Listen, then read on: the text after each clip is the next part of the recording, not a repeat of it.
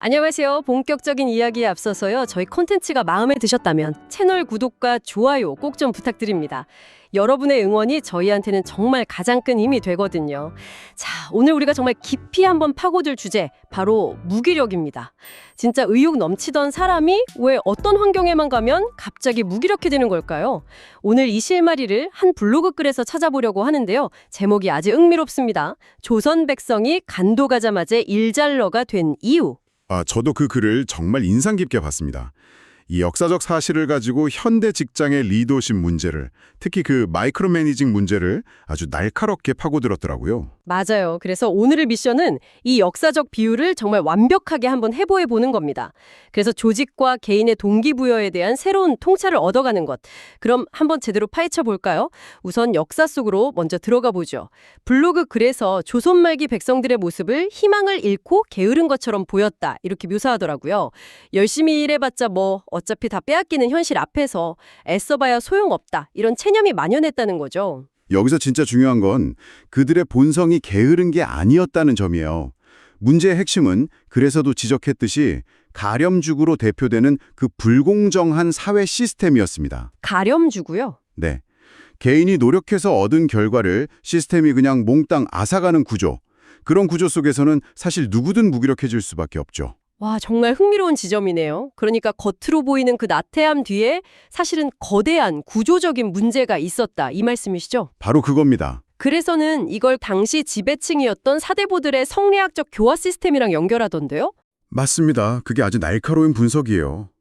그 당시 지배층은 기본적으로 백성은 우리가 가르치고 이끌어야만 하는 미성숙한 존재다, 이런 인식이 있었던 거죠. 아, 약간 너희는 모르니까 우리가 이끌어줄게, 이런 느낌이군요. 그렇죠. 이게 현대 경영학에서 말하는 맥그리거의 X이론하고 정확히 일치합니다. 인간은 본래 일하기 싫어해서 지시하고 통제해야만 움직인다, 이런 관점이거든요. 결국 조선의 지배 시스템은 백성에 대한 깊은 불신에 기반하고 있었던 셈입니다. 그런데 여기서 정말 대반전이 일어나잖아요. 그렇게 무기력해 보였던 조선 백성들이 감시와 수탈이 없는 간도라는 새로운 당으로 가자마자 잠재력이 폭발했다는 겁니다. 그래서는 폭발적인 생명력을 보여줬다고 표현해요. 바로 그 지점이 이 이야기의 핵심입니다. 환경이 바뀌니까 사람이 바뀐 거죠. 간도에서는 자기가 흘린 땀의 대가를 온전히 누릴 수 있었던 거예요. 아, 내가 일한 만큼 내가 가질 수 있다. 네, 노력하면 더 나은 미래를 만들 수 있다는 그 희망이 생기니까 그들 안에 원래 있던 근면함과 생명력이 다시 되살아난 겁니다. 그렇군요.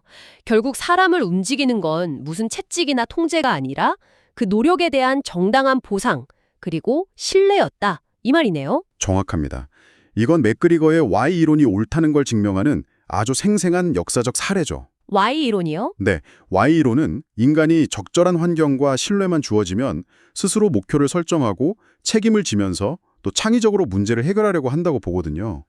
간도는 조선 백성들에게 Y이론이 적용될 수 있는 뭐랄까 완벽한 환경을 제공한 셈이죠. 자, 그럼 이제 이 역사 이야기를 현대의 사무실로 한번 가져와 보겠습니다.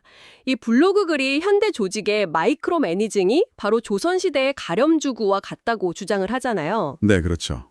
아니, 세금을 빼앗는 것도 아닌데 어떻게 이게 같을 수 있다는 걸까요? 여기서 수탈의 대상이 달라지는 겁니다. 현대의 마이크로 매니저는 돈이나 곡식을 빼앗는 대신에 팀원들의 자율성과 성취감을 빼앗아갑니다. 자율성과 성취감이라. 네, 리더는 팀을 위한 단어 선의와 책임감으로 모든 과정에 정말 사소한 것까지 개입을 하죠. 그 팀원 입장에서는 그게 자신의 전문성을 부정당하고 계속 통제받는다고 느끼게 되는 거예요. 아, 그러니까 리더의 그 좋은 의도가 오히려 역설적인 결과를 낳는다는 거군요. 내가 하나하나 지도해야 우리 팀원이 망가지지 않는다. 그래서는 이걸 무슨 선민의식이나 엘리트주의적 관점이라고 표현하더라고요. 바로 그 생각 때문에 리더가 정답을 다 정해놓고 방식까지 교정하려고 들은 겁니다. 그럴수록 팀원은 어떻게 될까요? 스스로 생각하기를 멈추고 그냥 지시만 기다리는 수동적인 존재가 되어버리죠. 아하, 어차피 내가 해봤자 리더가 다 바꿀 텐데 뭐하러 고민하나, 이렇게요. 그렇죠. 결국 리더의 그 과도한 개입이 팀원이 마땅히 누려야 할 일의 재미와 성장의 기회라는 귀중한 가치를 수탈해가는 현대판 가렴주고가 되는 겁니다.